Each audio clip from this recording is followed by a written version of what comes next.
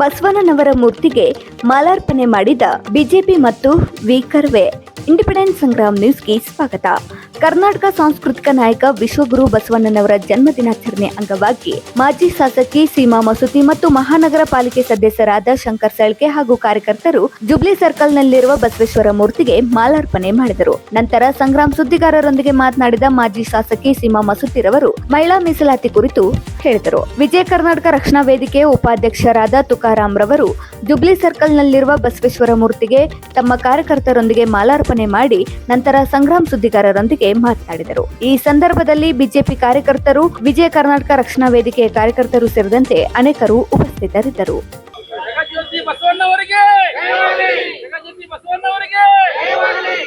ಸಮಾನತೆಯ ಹರಿಕಾರ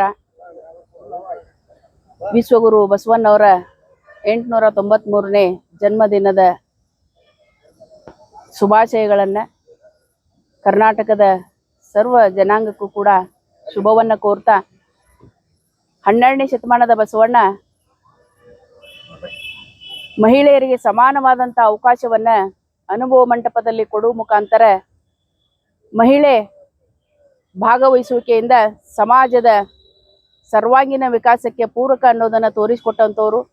ಬಾಬಾ ಸಾಹೇಬ್ ಅಂಬೇಡ್ಕರ್ರು ಕೂಡ ಮಹಿಳೆಯ ಶಕ್ತಿನೇ ದೇಶದ ಶಕ್ತಿ ಅಂತ ಹೇಳಿದಂಥವ್ರು.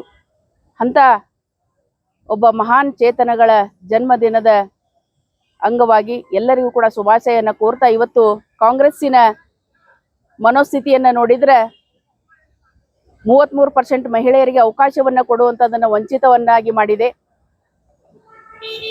ಮಹಿಳೆಯರು 50%ಕ್ಕಿಂತ ಹೆಚ್ಚಿರುವಂಥವ್ರು, ಅವ್ರಿಗೆ ಸಮಾನವಾಗಿ ಸಿಗಬೇಕಾದಂಥ ಹಕ್ಕನ್ನು ಕೊಡುವಲ್ಲಿ ಇವತ್ತು ಪುರುಷ ಪ್ರಧಾನವಾದಂಥ ಸಮಾಜ ಆ ಏಳಿಗೆಯನ್ನು ಸಹಿಸ್ತಾ ಇಲ್ಲ ಅನ್ನುವಂಥದ್ದನ್ನು ನಾವು ಗಮನಿಸ್ತಾ ಇದ್ದೇವೆ.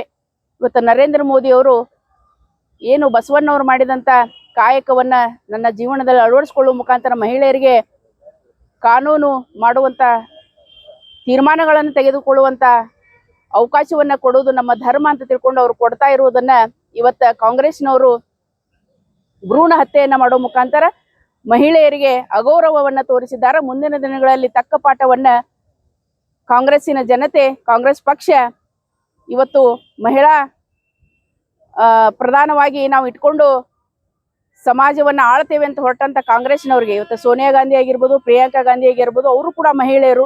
ಅಂಥವರೇ ಇವತ್ತು ಮಹಿಳೆಯರನ್ನು ವಿರೋಧಿಸ್ತಾ ಇದ್ದಾರೆ ಅಂತಂದ್ರೆ ಕಾಂಗ್ರೆಸ್ನವರಿಗೆ ನಾಚಿಕೆ ಆಗಬೇಕು ಅನ್ನುವಂಥ ವಿಚಾರವನ್ನು ಹೇಳಲಿಕ್ಕೆ ನಾನು ಇಷ್ಟಪಡ್ತಾ ಇದ್ದೇನೆ.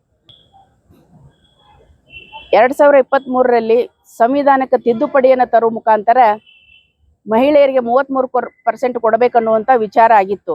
ಆದರೆ ಅದನ್ನು ಸಂಪೂರ್ಣವಾದಂಥ ಚರ್ಚೆ ಮಾಡೋ ಮುಖಾಂತರ ಮತ್ತು ಇವತ್ತ ಇದ್ದಂಥ 543 ಜನರಿಗೆ ಅವಕಾಶ ಕೊಟ್ಟಿದ್ದೇವೆ ನಾವು, ಪುರುಷರಿಗೆ ಮಹಿಳೆಯರಿಗೆ ಸೇರಿ.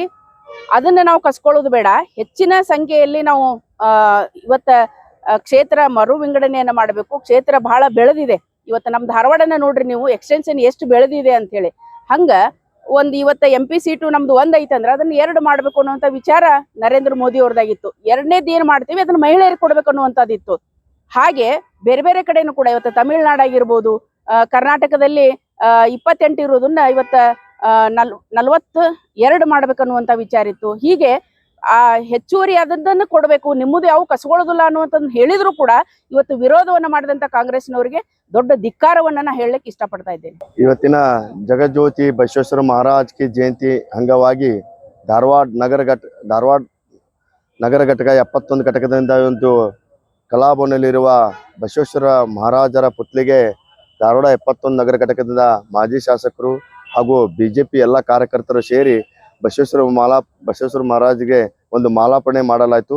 ಅದೇ ರೀತಿ ಇವತ್ತಿನ ಈ ಬಸವ ಜಯಂತಿಯ ನಿಮಿತ್ತ ಸಮಸ್ತ ನಾಡಿನ ಜನತೆಗೆ ಬಸವ ಜಯಂತಿಯ ಎಲ್ಲರಿಗೂ ಶುಭ ಕೋರುತ್ತಾ ನಾ ಶಂಕರ್ ಸಳ್ಕೆ, ಧಾರವಾಡ 71 ನಗರ ಘಟಕದ ಅಧ್ಯಕ್ಷರು.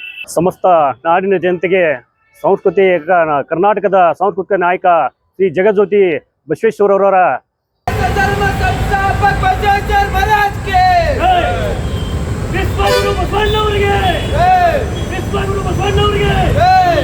ಜಯಂತಿಯ ಹಾರ್ದಿಕ ಶುಭಾಶಯಗಳು. ಇವತ್ತಿನ ದಿವಸ ನಮ್ಮ ವಿಜಯ ಕರ್ನಾಟಕ ಧಾರವಾಡ ಜಿಲ್ಲಾ ಘಟಕದ ವತಿಯಿಂದ ವಿಜಯ ಕರ್ನಾಟಕ ರಕ್ಷಣಾ ವೇದಿಕೆ ಧಾರವಾಡ ಜಿಲ್ಲಾ ಘಟಕದ ವತಿಯಿಂದ ಶ್ರೀ ಗುರು ವಿಶ್ವಗುರು ಬಸವಣ್ಣವರ ಜಯಂತಿ ನಿಮಿತ್ತ ಇವಾಗ ನಾವೆಲ್ಲರೂ ಕಲಾಭವನ ಸರ್ಕಲ್ ಇರುವಂತಹ ಶ್ರೀ ಬಸವೇಶ್ವರ ಮೂರ್ತಿಗೆ ಬಂದು ಮಾಲಾರ್ಪಣೆ ಮಾಡುವ ಮುಖಾಂತರ ನಾವು ವಿಶ್ವಗುರು ಬಸವಣ್ಣವರ ಜಯಂತಿಯನ್ನು ವಿಜೃಂಭಣೆಯಿಂದ ಆಚರಿಸಲಾಯಿತು. ಈ ಸಮಸ್ತ ನಾಡಿನ ಜನತೆಗೆ ಮತ್ತೊಮ್ಮೆ ವಿಶ್ವಗುರು ಬಸವಣ್ಣವರ ಜಯಂತಿಯ ಹಾರ್ದಿಕ ಶುಭಾಶಯಗಳು. ಸಮಾನತೆಯ ಹರಿಕಾರ 12ನೇ ಶತಮಾನದಲ್ಲಿ ಎಲ್ಲರಿಗೂ ಸಮಾನತೆ ಕೊಡಬೇಕಂತ ಹೋರಾಡಿದ್ರಲ್ಲಿ ನಮ್ಮ ವಿಶ್ವಗುರು ಬಸವಣ್ಣವರು ಅತಿ ಮೊದಲಿಗರಾಗಿರ್ತಾರೆ. ಎಲ್ಲ ಸಮಾಜದ ಎಲ್ಲರನ್ನು ಒಗ್ಗೂಡಿಸಿಕೊಂಡು ನಮ್ಮ ವಿಶ್ವಗುರು ಬಸವಣ್ಣವರು ಅನುಭವ ಮಂಟಪ ಅಂಥೇಳಿ ಒಂದು ನಮ್ಮ ಪೀಠವನ್ನು ಮಾಡಿ ಅದರಲ್ಲಿ ಎಲ್ಲ ಸಮಾಜದ ಕಮ್ಮಾರಾಗಿರ್ಬೋದು, ನೇಕಾರಾಗಿರ್ಬೋದು, ಸಮಗಾರಾಗಿರ್ಬೋದು ಇತ್ಯಾದಿ ಎಲ್ಲ ಸಮುದಾಯದವ್ರನ್ನ ಒಗ್ಗೂಡಿಸ್ಕೊಂಡು ನಮ್ಮ ವಿಶ್ವಗುರು ಬಸವಣ್ಣವರು 12ನೇ ಶತಮಾನದಲ್ಲಿ ಮೊದಲೇ ಮಾಡಿದ್ರು. ಇತ್ತಿತ್ತಲಾಗಿ ಅದರ ಆದರ್ಶವನ್ನು ಪಡೆದು ನಮ್ಮ ಅಂಬೇಡ್ಕರ್ ಅವರು ಎಲ್ಲ ಸಮಾಜವನ್ನು ಒಗ್ಗೂಡಿಸಿ ಸಂವಿಧಾನವನ್ನು ಬರೆದರು. ಅದಕ್ಕೆ ಅಲ್ಲಿ ಮುನ್ನುಡಿ ಬರೆದಂತಹ ವಿಶ್ವಗುರು ಬಸವಣ್ಣವರ ಇವತ್ತ ಜಯಂತಿಗೆ ನಮ್ಮ ಎಲ್ಲ ಕಾರ್ಯಕರ್ತರು ಮುಖಂಡರು ಕೂಡಿ ನಾವು ಮಾಲಾರ್ಪಣೆಯನ್ನು ಮಾಡಿ ಬಸವಣ್ಣರ ತತ್ವಗಳನ್ನು ಎಲ್ಲರೂ ಅಳವಡಿಸಿಕೊಂಡು ಅವರ ಕನಸನ್ನ ನನಸು ಮಾಡಿ ನಮ್ಮ ಭಾರತವನ್ನ ವಿಶ್ವಗುರು ಮಾಡಿ ಬಸವಣ್ಣವ್ರನ್ನ ವಿಶ್ವಗುರು ಮಾಡ್ಬೇಕಂತೇಳಿ ಈ ಮೂಲಕ ಕೇಳ್ಕೊತೀನಿ.